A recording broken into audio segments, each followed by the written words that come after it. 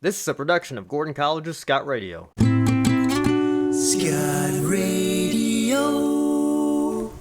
Good evening and welcome to the Photo Finish, Scot Radio's home for motorsports. I'm your host, Ben Snider, and we've got a loaded show for you guys today.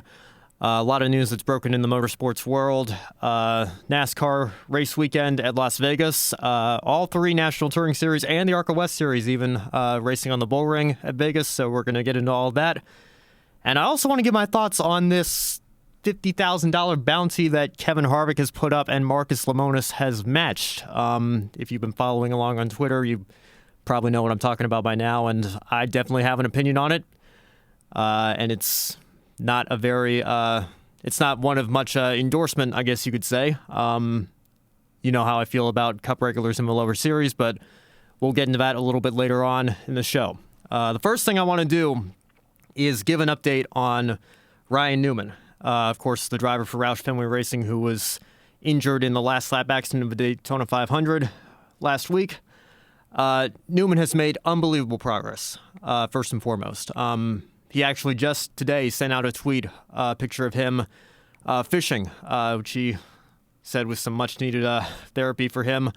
So he's certainly taking it easy right now and recuperating out at home, which is the best thing for him, I think, at this point. Ross Chastain subbed for him this weekend in Las Vegas. Had a so-so race, went up and earned a stage point in the first stage, but ended up spinning out late, had some troubles on a restart with Kurt Busch, and just kind of got mired back in the pack. Even he was hard on himself after the race, saying he made some stupid mistakes, but I'm sure he'll get at least a couple more chances in the 6 car. It's on a race-by-race basis. There's no timetable for Ryan's return. And Ryan actually released his first official statement on Sunday, or during the race weekend, rather. He couldn't be at the track, but expressed thanks for everybody's continued prayers and support, and said he's being treated for a head injury. Didn't go into too many specifics. I understand and totally respect his right to privacy. But he did say it was a head injury, and he said no broken bones or internal organ damage, which is very, very good news. Joking around with his doctors and his fellow drivers over text, so already kind of back to himself, which again is fantastic.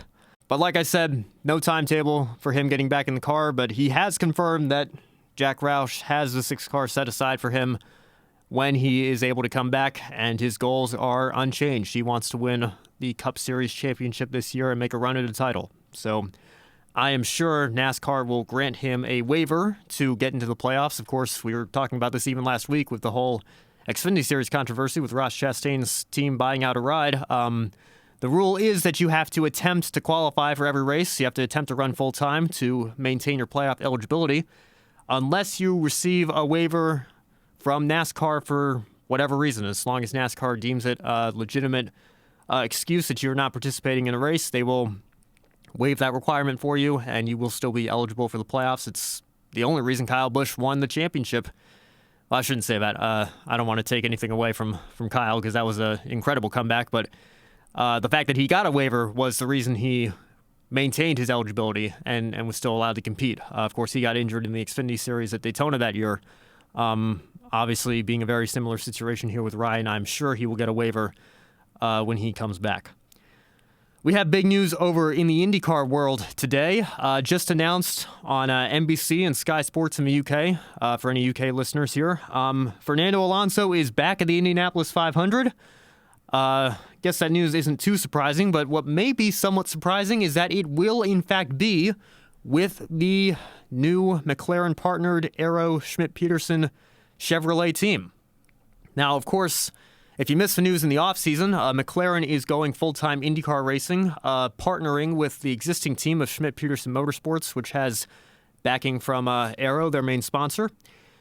And, you know, it was kind of funny when the news broke. Everybody saying of a team that failed to qualify for the Indy 500 is partnering with this team that the last 2 years has consistently struggled to qualify for the Indy 500. With Hinchcliffe, of course, missing the field in 2018 and having to make a last-ditch effort on bump day last year even. But we'll see. I'm sure McLaren have to have learned their lesson from last year. I think they were absolutely unprepared. You saw just the whole debacle the month of May was for them. Just to give you an idea of how unprepared McLaren were for the 500 last year, Fernando Alonso wrecked his primary car, which was built in the McLaren Technology Center over in the UK. He had an accident in 500 practice, and it was 2 days before McLaren got back on track. And everybody was wondering, all these teams that are crashing out, all these teams that are having problems, they're rolling their backup cars right out. Well, what in the world is McLaren doing?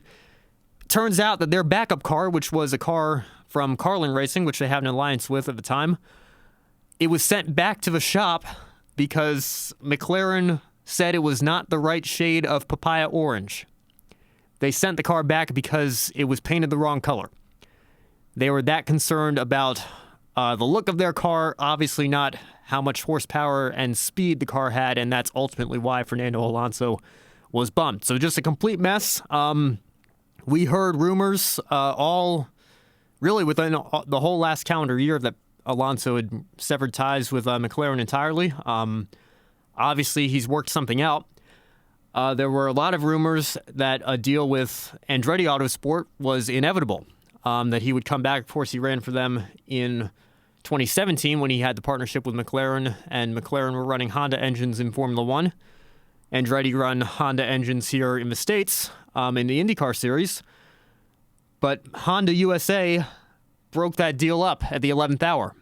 Of course, Alonso, how, if you followed his whole saga in F1, you know how he feels about Honda over there.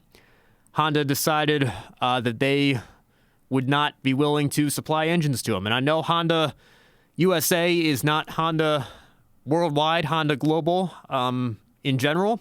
I know there are some different people at the top of each, but the company as a whole decided they did not want to partner with Fernando this year, which was going to make a deal with Andretti virtually impossible. So Alonso had to look elsewhere, and he, ironically enough, is back at the McLaren team.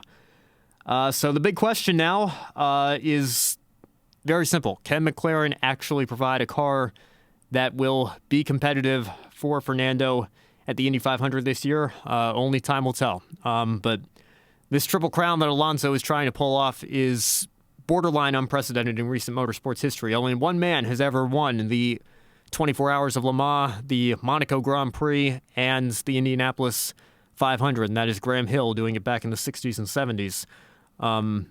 It's almost unprecedented for a racing star in this day and age to be so diverse. I mean, heck, Alonso was just doing the Dakar rally at the start of this year, something completely different. Of course, he did the seat swap with Jimmy Johnson about a year and a half ago, so he's shown that he's open to testing and trying almost anything with four wheels that goes fast.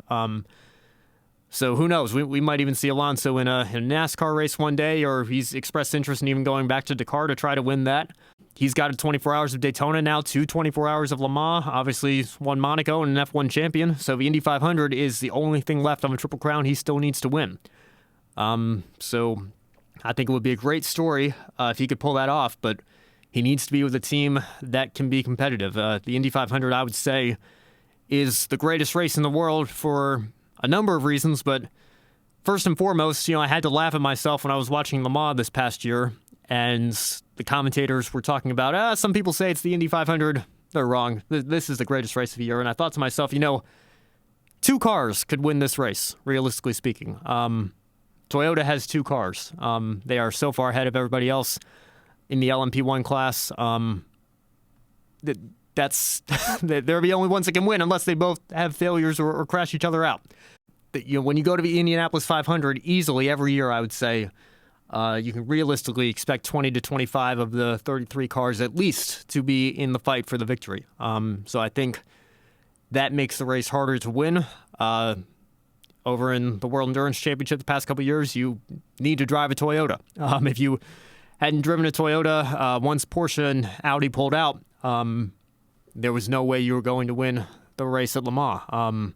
You come to this race here at Indianapolis, it's wide open, and your team needs to be on top of their game as well, or else you're not going to be competitive because so many teams are. So we'll see. I'm certainly Rooting for Fernando when he comes back over here. Certainly hope he, at the very least, makes the race this year. Obviously, it was a huge story when he got bumped last season. But I want to see him be competitive. I think it would be a tremendous story. And obviously, viewership over in Europe is going to be up for the 500 if he's in the race and competitive in the race. So we'll see what happens. Now, I don't talk a whole lot of Supercross on this show.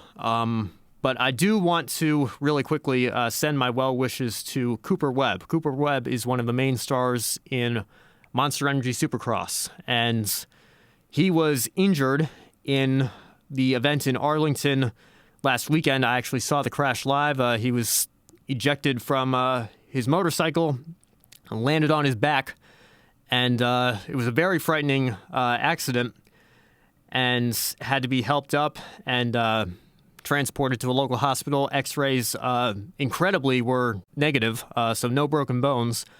But Webb actually put out an Instagram post saying, sometimes you ride the bull, sometimes you get the horns. Just left medical examinations, and I got very lucky with hematoma, with deep bone bruising to my pelvis, as well as my sacrum. Extremely lucky and blessed to only walk away with that. Thanks, everyone, for the support and prayers. Not quite done yet. And Speed Sport is actually reporting today that Webb is going to come out and race this weekend in Atlanta. He's a lot tougher than I am, I'll just say that much. Really quite amazing that he avoided any serious injury in that accident, let alone he's going to be racing this weekend. So we'll see what comes of that, but I did want to mention that briefly and give my best to him and his team. We have some news out of the F1 world. Not breaking, but I think anybody who's been following the coronavirus situation will understand this. The Chinese Grand Prix has been, at the very least, postponed. Obviously, the reason is for the coronavirus. Teams and the series concerned about that, as are a lot of people worldwide. Perfectly understandable, but it is going to create an interesting dynamic in the F1 schedule this year, because this year was slated to break a record for most races run in a single season. There were 22 Grand Prix on the provisional schedule for this season. So now that China, the event in Shanghai, will not be going on, it leaves the door open. Would F1 be looking for a replacement race, or would they just go ahead with 21 races? I know the teams would probably not be too disappointed if they had to travel, make one fewer travel plan for this upcoming season. I know a lot of people are saying that Liberty's plan to increase the schedule to as many as 25 races is drawing some concern because, you think NASCAR here in the States running 36 races, that's all domestic. International travel, it takes its toll. And so when you have 21 races, you're asking a lot of your teams, even at that. And a lot of people have mentioned, they feel like they're already at the maximum that they can sustain before they need an off-season to recover and have some downtime and get ready for the following year. So we'll see what comes of that. I know a couple of cities and countries have proposed that they could be ready to take China's place, but we'll see if anything comes of that. More F1 news. Most of the teams, well, all the teams at this point have had their launch dates, and Mercedes, despite the fact that they've been so dominant in recent years, they have continued to show innovation and thinking outside the box. They have new technology called DAS, which stands for dual axis steering.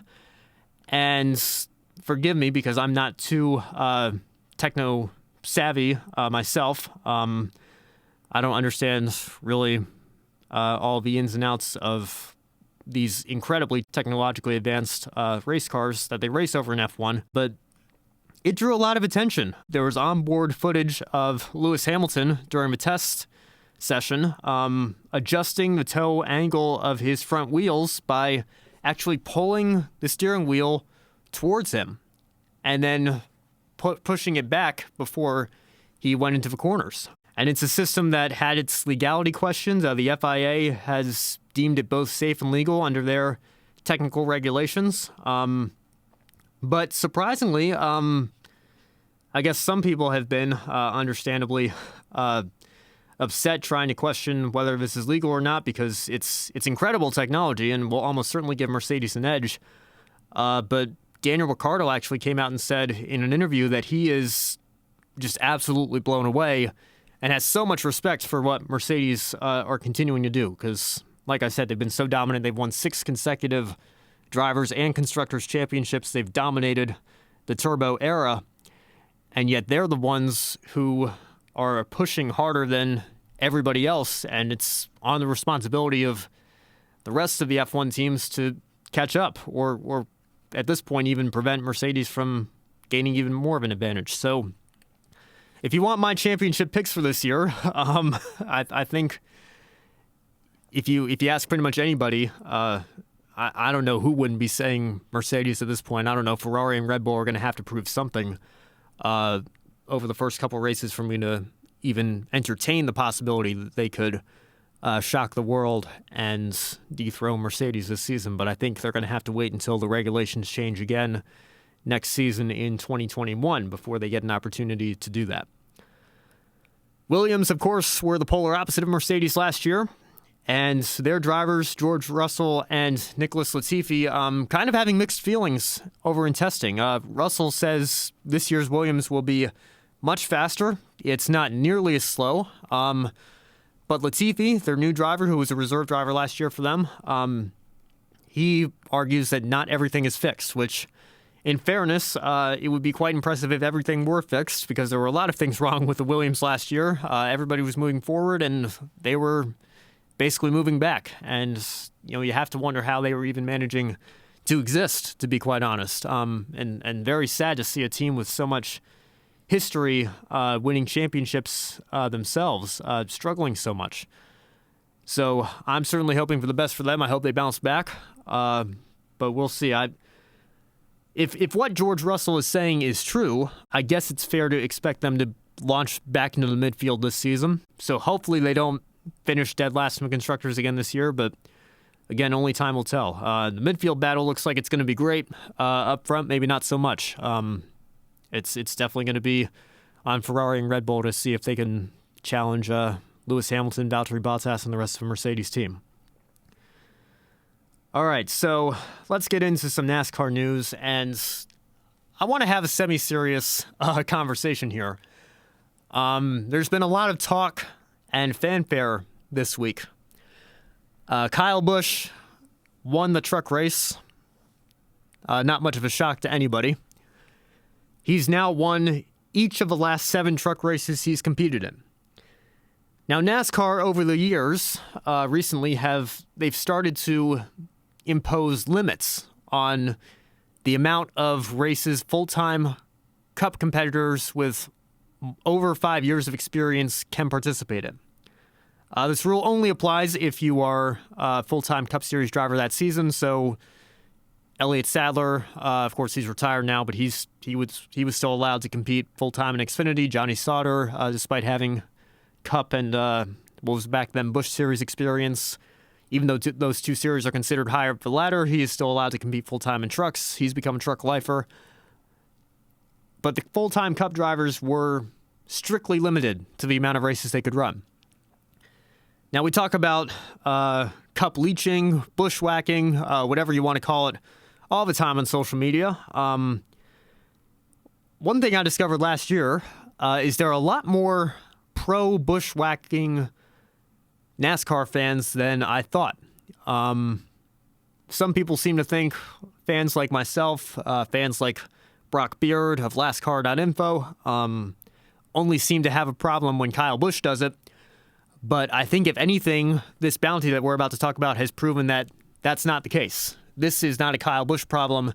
This is a problem we have when any Cup driver dips down into lower series and steals the spotlight.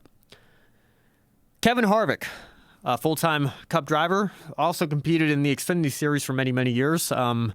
Hasn't the last couple of seasons, but he came out on Twitter and proposed this idea basically out of thin air. He is willing to put up a $50,000 bounty of what I assume is his own money and give it to any full-time Cup Series driver this season who beats Kyle Busch in a truck race this year. Now, Kyle can only do 4 more truck races this year, obviously, but it has sparked some genuine interest.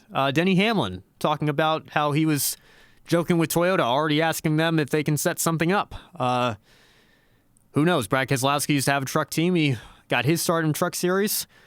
There's been a lot of talk that this could be something very serious. And then it escalated because Marcus Lemonis, the CEO of Gander Outdoors, Gander RVs, Camping World, the series that, or the group that is sponsored for Truck Series for many, many years now, Marcus doubled down and said he will add $50,000 to that bounty for a total of $100,000 for any Cup driver who can beat Kyle Busch in a truck race. Now, I have problems with this for multiple reasons. Number one, if you're going to do a bounty, I think the bold thing to do would be to offer that to anybody who beats Kyle Busch in a truck race this year, whether it be a full-timer in trucks or a Cup driver dipping down or whoever it is. Anybody who outruns Kyle Busch, if it's not a Cup driver, why would you withhold the money from them? Just solely on the fact that they're a series regular and it's not part of this idea that you originated. I feel like this idea is fun in principle. On the surface, it looks pretty exciting, pretty entertaining.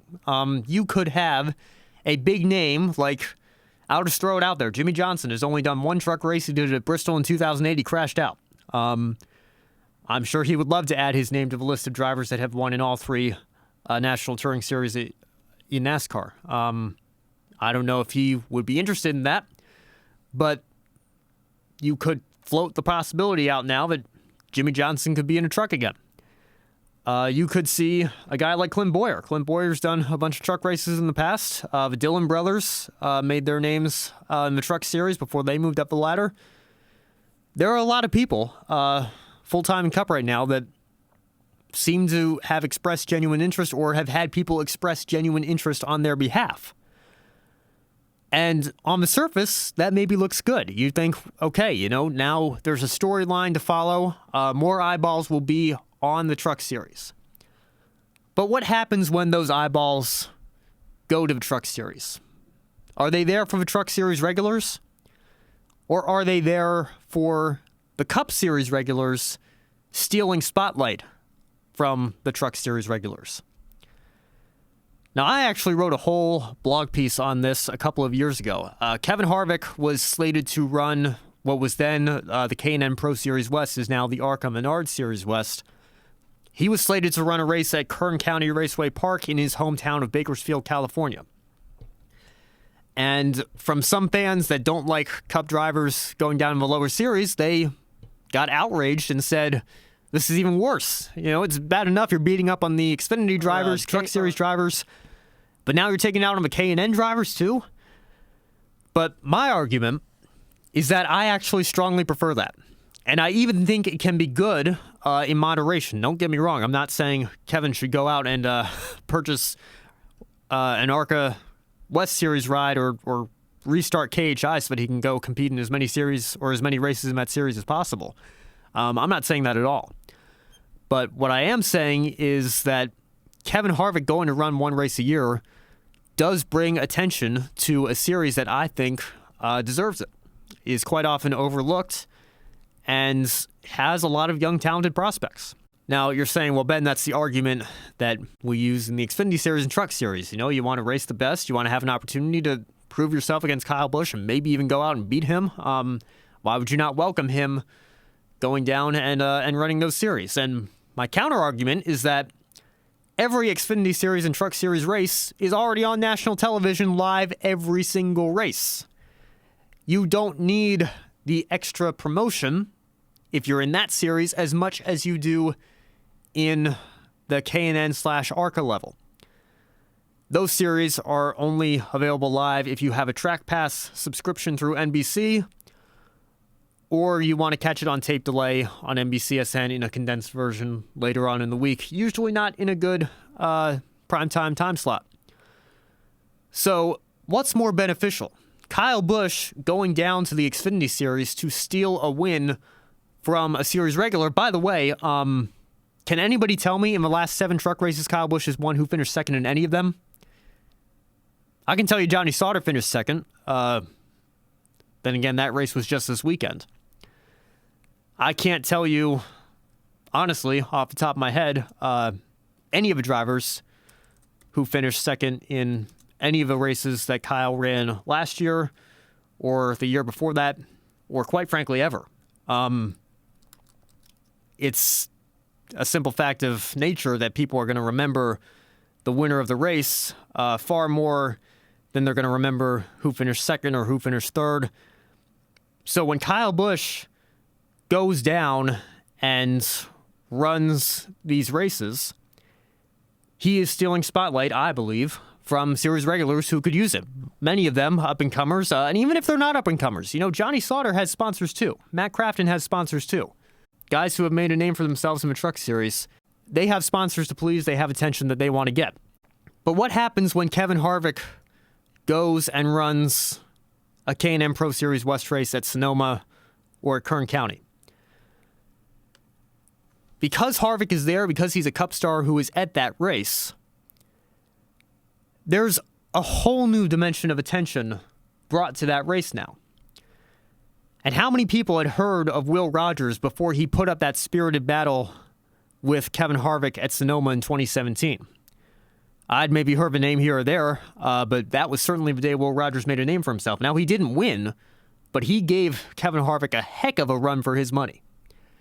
And Harvick himself has even come out and said, if I weren't in that race that day, how many people would know Will Rogers' name? I'm willing to bet certainly not as many as knew his name after that race.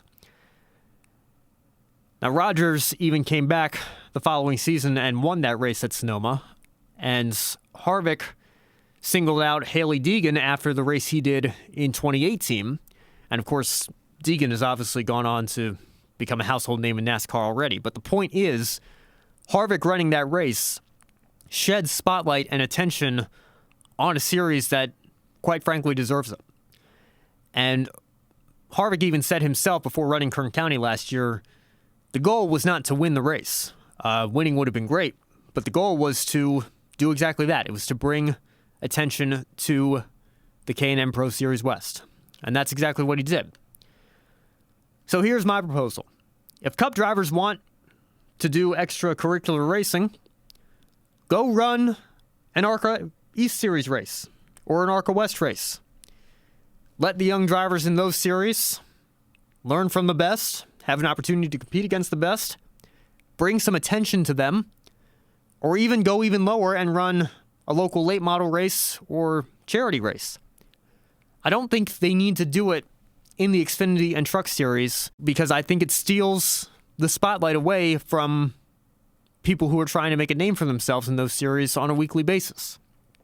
And I want you guys to think about this and compare it to other motorsports series and other sports in general. How many times do you see an IndyCar series regular like a Scott Dixon run an Indy Lights race? It doesn't happen. Lewis Hamilton never dips down to Formula 2 to run the support race over in F1. He doesn't do that. Nobody does. You can go to basketball. Have you ever seen LeBron James suit up for the Lakers G League team? Do you ever see Mike Trout go down to AAA just for the heck of it? Maybe to rehab. Maybe superstars sometimes, if they're coming off an injury or a suspension or something and they want to get their swing back before they jump right back into the majors, they might see it, but you're not going to see it for extracurricular purposes. So why does it happen in NASCAR? Now, I understand the argument that you want to keep sponsors happy, but I feel like sponsors of small teams are going to be unhappy when maybe their driver would have won the race, but a Cup driver and Cup champion in Kyle Busch was standing in their way, even though he's not running for Truck Series credentials at all. I know he owns a team. I know he's doing it basically out of his own pocket. I know he has sponsors that he wants to keep happy. But to me, Cup drivers in the lower series is certainly not a perfect and, in my opinion, not even a desired scenario. And so this idea that Kevin Harvick and Marcus Lemonis have put out here with this bounty that we want to put even more Cup drivers in the field, I think at the very least is a very slippery slope, and I think we need to be cautious when considering the implications that can have on series regulars. So that's my thoughts on that. We'll see if anything comes of this proposed bounty that Harvick and Lemonis have put up. We'll see if anybody takes it. Quite frankly, if I'm being honest, I would much prefer to see Dale Earnhardt Jr. come out. And by the way, let me be very clear. I have no problem with the one race a year Dale Jr. does in the Xfinity Series. He's not a full-time Cup driver anymore. He just wants to go out and have fun. He's even doing it in his own car for his own team. I respect that.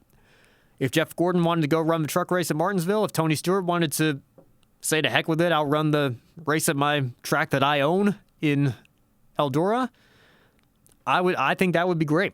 I don't have a problem with that at all. They're not full-time Cup drivers anymore. I think, again, that would bring attention to the series in moderation again. I'm not saying Jeff Gordon needs to come out of retirement and run a full truck series schedule, but I think that would be interesting to see. I have no problem with that. But when it comes to maybe potentially having 3 or 4 Cup drivers take up this bounty offer, I think we need to be careful. And I think we need to consider what that could do to the guys in the truck series, busting their rear ends every week, trying to keep their sponsors happy and go after a championship. So with that, let's get into the NASCAR race weekend at Las Vegas Motor Speedway and the Las Vegas Motor Speedway Bullring. The ARCA West Series was there, their season opener, the first race under the new series banner. Sam Mayer won for GMS Racing. Hardly a surprise there. And I do want to mention briefly, I failed to mention last week because we had so much to cover, and obviously the Newman situation was still hanging over us. But he even won the ARCA East Series race at New Smyrna to kick off that season. So I don't know if Mayer would be able or willing to make a run at both the East and the West championships. Of course, we know Todd Gilliland came so close in 2017 to winning both of them, and Derek Kraus was making a run at it last year, but eventually fell too far back in the East, and BMR decided they had to scale back and save their resources. So nobody's ever done it. A couple have come close, a couple have made runs, but I think Sam Mayer is showing that he absolutely has the potential to go out and win both championships this year. And with the ARCA series regulations all uniform this year, I think he's got a legitimate shot at it. So we'll see what the young driver can do. Truck series, I have very little to say about this race. Kyle Busch won. We already covered that.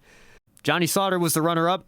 I guess I'll mention him. And we'll go ahead and give the rest of the top 5. Austin Hill finishing 3rd, Matt Crafton 4th, and Ben Rhodes in 5th. So, again, it's hard to come up with storylines for the truck series when Kyle Busch wins yet again. You know, what else is new? You know, you struggle to come up with anything new or anything interesting to say. You know, he's got the record for Truck Series wins now. He's only continuing to extend it, and none of his series regulars won, so there's not as much reason to talk about them in the media. Kyle Busch won, guys. I really don't know what more I can say about that truck race. Fairly decent race, but I think it would have been better and more exciting if it had been a battle for the win between the Truck Series regulars, but you all know my opinion on that. The Xfinity Series, Chase Briscoe grabbed the win for Stewart-Haas Racing, and I want to give a call to Ryan Sieg. Ryan Sieg drives for his own family team. We talked about it briefly last week. His team is the team that Ross Chastain was able to buy a ride for the Daytona Xfinity race last week. Sieg was apparently driving an old RCR, Richard Childress Racing car from 2015 that Austin Dillon had won at Las Vegas with. And funnily enough, Austin Dillon was actually the Cup Series guest analyst in the booth for the Xfinity Series race on FS1 this weekend. And he said on Twitter, you know, I thought the car looked kind of familiar, and that's because it was. So Sieg's team obviously got access to a very strong race car, and Ryan Sieg is continuing to prove it even with the limited resources his team has. They are continuing to grow, and I'll tell you what, guys, I would not be shocked if we see Sieg in victory lane later this year. 2 or 3 years ago, absolutely, that would have been an upset for the ages. But now, with the good runs Sieg is continuing to have week in and week out, that small team is just continuing to grow, continuing to run well. I think they really could break through any moment. So we'll see what they can do, but it's looking like it's going to be a very promising season for that team if they can keep this up. I also want to talk briefly about the incident between Noah Gragson and Snider. People are probably going to have different opinions on that. My opinion is it's fairly obvious. You saw Gragson's gloves make a slight turn to the right, and he spun Snider out. Now, Noah mentioned after the race that, I was just trying to side draft, but it looks fairly obvious from the onboard. I mean, Gragson was wearing a visor cam, for crying out loud. So if you're wearing a visor cam, every move that you make is going to be fairly obvious. It looks like he definitely turns to the right and just clearly spins Snider out. And, Michael Waltrip was working in the booth as well, and anybody who knows Michael Waltrip knows he's a guy who tries to see the good in everybody. Even he was kind of saying, I don't know about that one. And then he said something like, it looks like maybe they just got hooked or one of them got loose or something. And Austin Dillon even came over and interrupted and said, are you sure about that? Now, of course, Dillon drives for RCR in the Cup Series, and Snider is driving for RCR's Xfinity team. So maybe there's a question of not being impartial there. However, I think it was pretty clear. And I want to say this. I respect Noah Gragson. I think he is a talented young prospect. Maybe not the most talented out of everybody in the Xfinity Series working their way up the ladder right now, but I do think he has a lot of potential. He won in the Truck Series, maybe not as much as some people would have expected him to in a KBM car, but he has an Xfinity Series ride now with Junior Motorsports. He went out and won the race at Daytona, so got his season off to the best start possible. But it's things like this that I don't know. I'm not a fan of that. I wish he would have owned up to it, because to me it looks fairly obvious that he simply turned him, whether it was 100% intentional or not. Again, I feel like you see his gloves in the onboard just turn to the right slightly, but I guess people will have their various opinions on that. But I don't know. I'm not a fan of that move, and I guess a lot of people weren't. So it compromised Snider's race. Gragson went on to finish in the top 5 anyway. But the main storyline, I think, is Chase Briscoe, and I think he's absolutely got to be considered one of the championship favorites so far this season. Of course, it's still very early, but we'll see what happens going forward in the Xfinity Series. The Cup Series race was an interesting one.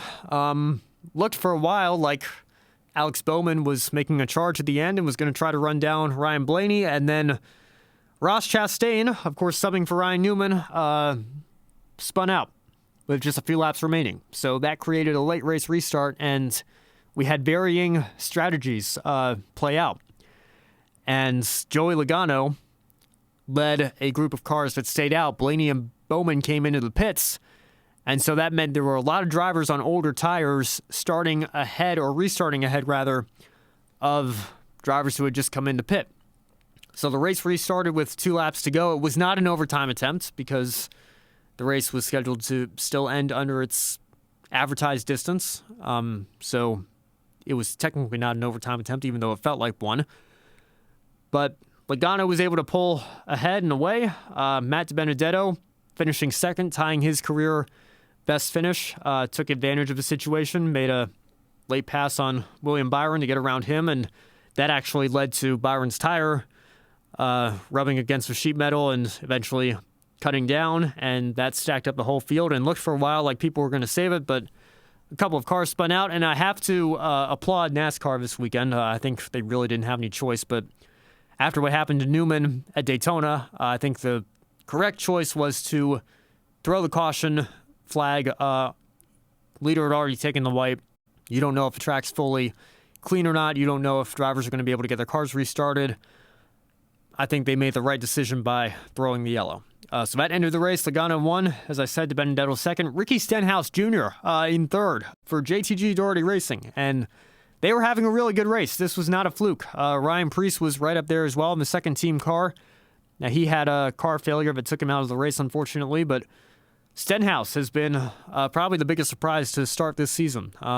We've always thought of Stenhouse as a midfield-level driver. He only has 2 career wins. Both came on restrictor plate tracks. And JTG Doherty, of course, they only have 1 win. It came with A.J. Allmendinger on the road course at Watkins Glen. So both of them have kind of been mired in the midfield, both driver and team, in recent years. But Stenhouse has gone out. He's won the pole for the 500 and had a great run in Las Vegas. So credit where it's due. Stenhouse looks like he's making a run, finding a home at JTG this year, and who knows what we'll see from that team going forward. Austin Dillon finishing in 4th, Jimmy Johnson 5th, so Johnson's farewell year getting off to a good start once the season truly starts after the 500. Bubba Wallace up in 6th, a great run for Richard Petty Motorsports and that team. Brad Keselowski, Kevin Harvick, Kyle Larson, 7th, 8th, and 9th, names that you would pretty much expect to be up there. And then Ty Dillon for Germain Racing. I couldn't believe the stat when I first read it, but I believe this was Germain Racing's first Cup Series top 10 that came outside of a super speedway or a road course, which is just kind of crazy to think about. But kudos to Ty Dillon for getting it done for Germain. And one group of drivers that is notably missing from the top 10 is Toyota. Very interesting to see all 4 of Joe Gibbs' cars and Christopher Bell for Levine Family Racing all struggling and not being able to get up to speed this weekend. So, of course, the season is still early, but right now it looks like, if Las Vegas is any indication, Chevrolet have definitely rebounded from the last couple of years. I don't know if the new nose front end of the car is helping or not, but they had a great race in Las Vegas, as did the Fords. Toyota's not so much, so we'll see if Toyota can rebound. I certainly won't be surprised if they can. Gibbs is obviously a very good team. Toyota, obviously a very good manufacturer, so we'll see what they can do going forward. The package as a whole, if you're a regular listener, you know I'm not a fan of the wide-open package at 1.5 miles, some low horsepower, but I feel like it created, admittedly, a more exciting race this year than we saw last year. Again, the principle of the package is still what bothers me at its core. But in terms of this one specific race, if you were looking for entertainment, I mean, you definitely got the entertainment on the restart. To close the race, maybe not the most classic finish, but certainly an exciting one. So I'd say it was a fairly good race. I'll admit I voted yes in the Jeff Gluck poll this week, and the yes option, at least the time I voted, was winning overwhelmingly. So I guess that's good. NASCAR will take that. NASCAR will also take ratings being slightly up. The ratings were up this year, both when you compare it to Las Vegas last season and the second race of the season last season, which was Atlanta. So good news for Fox. No, the Daytona 500 ratings were technically down, but you have to factor in the race was postponed until Monday. And the ratings on Sunday were up tremendously. Again, I think President Trump being there for the start had something to do with that. But NASCAR will take any good ratings news it can get these days. So certainly good to see the ratings making a slight rebound to start the season. So NASCAR is in Fontana this weekend. We're going to see something that I think is very touching and very special, both from Auto Club Speedway themselves and from a couple of NASCAR teams. Of course, Auto Club Speedway is in Fontana, California, and the Speedway is paying tribute to Kobe Bryant this weekend. They're going to have the Lakers number 24 font painted on the infield turf. They're going to mention Kobe, his daughter Gianna, and everybody else lost in the helicopter accident during the invocation. There will be a memorial display that fans can write on, and the track will, after the race, send that display and a donation to the Mamba and Mambacita Sports Foundation. So very touching tributes from Auto Club Speedway there. Two race teams also are running special paint schemes this weekend. The first is Ryan Blaney's number 12 team for Penske. Now, Blaney and Kobe Bryant actually were business partners in a way with Body Armor. Body Armor is a sports drink on the rise, kind of trying to make a name for itself as a competitor to brands like Gatorade and Powerade. Bryant had an investment in that company. They sponsored him, and they sponsor Ryan Blaney as well. So Blaney actually got to meet Bryant a couple of times. So Blaney, who is scheduled to be sponsored by Body Armor this weekend, is running a purple and gold paint scheme to honor Kobe, which I think is very nice. And also William Byron, of course, Byron's car number is 24. Axalta Coating Systems, known for their colorful paint schemes, they are running a purple and gold scheme as well. They mentioned that I think a lot of people came out on Twitter after the announcement was made, and they said, well, this is nice. I like that they're doing it. It's a good touch, but where are the flames? Where are the famous DuPont Axalta flames and pizzazz that you're used to seeing? And they actually came out and added and said that out of respect for the tragedy and the reason that they're running the scheme in the first place, they are not going to run the flames this weekend. Axalta is also going to make, this from Adam Stern, they're going to make a donation to the Bryant-aligned After School All-Stars nonprofit, which will also receive proceeds from the diecast that will be offered when Byron takes to the track this weekend in Fontana. So go out and order your diecast, I guess. That'll be a good cause. Even more reason to pick that one up, even with the fact that, as if you needed more reason, because it's a nice tribute scheme, especially if you're a basketball fan. So lots of great tributes for Kobe this weekend, and I certainly look forward to seeing all of them. So that's going to wrap it up for this week's edition of the Photo Finish. Thank you all for listening. We'll see you all next week, where we'll preview Fontana and, of course, any other news that breaks in the next 7 days. Until then, I'm your host, Ben Snider, and we'll see you all next week. Have a good night, everybody.